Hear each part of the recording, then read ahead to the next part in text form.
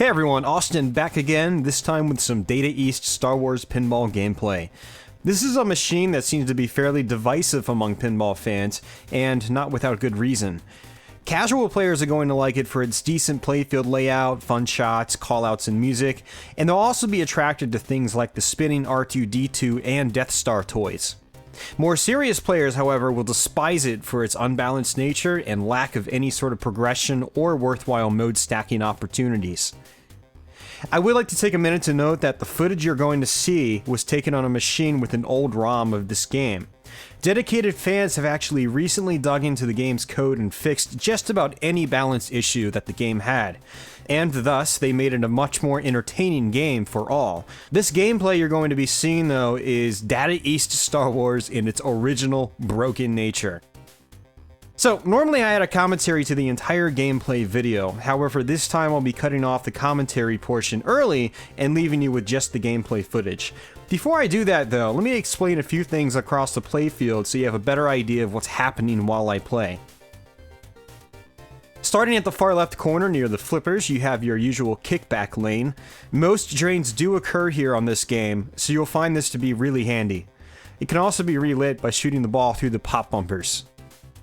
Above the left slingshot is a scoop dubbed the Force. The center ramp and the inner right orbit will light this, depending. When lit, various awards can be collected and modes can be started from here. Hitting the scoop when not lit will work towards collecting a dark side award of 25 million points. Above this scoop you have your traditional pop bumpers and through the pops orbit shot.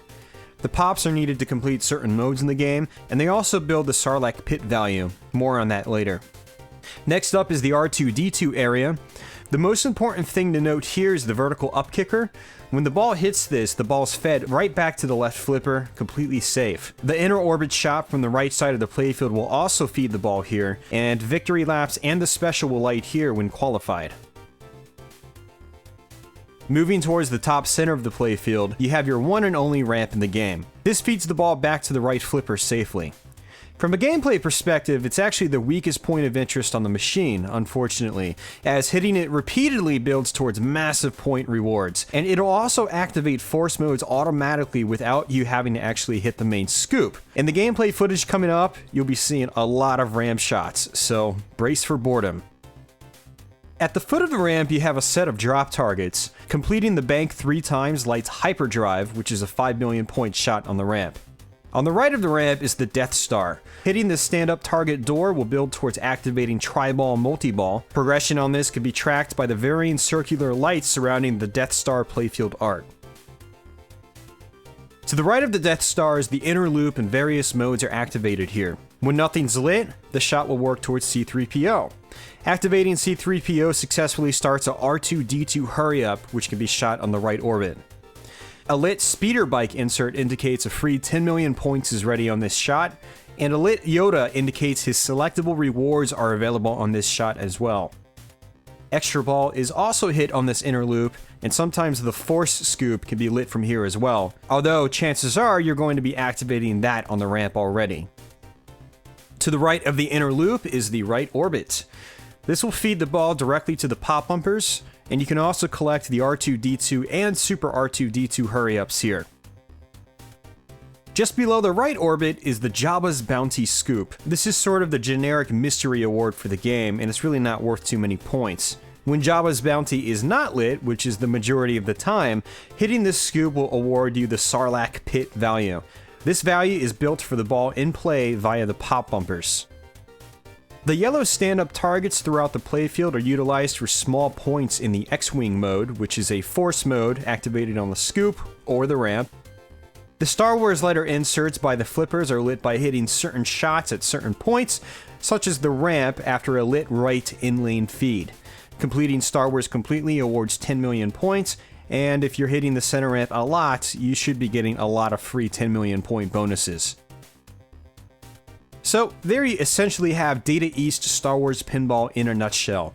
Watching the dot matrix display in action should give you an idea of how the other modes in the game work, but for the most part I'm just going to be shooting the ramp and going for multi-ball. Now, before I wrap up the commentary portion completely, I'd like to take one more minute to thank the folks over at East Starland for allowing me to come into their showroom and record footage of this machine. If you're located in or near Northern Virginia and you're a fan of video games, you really owe it to yourself to stop by and check them out. For everybody else, visit eStarland.com for a wide variety of video game related items, from modern platforms to just about any mainstream retro or classic platform you can probably think of. Oh, and just send them a message with the suggestion to get more pinball machines. Tell them Austin sent you. So with that, guys, I'm signing off. Enjoy the gameplay, and thanks for watching.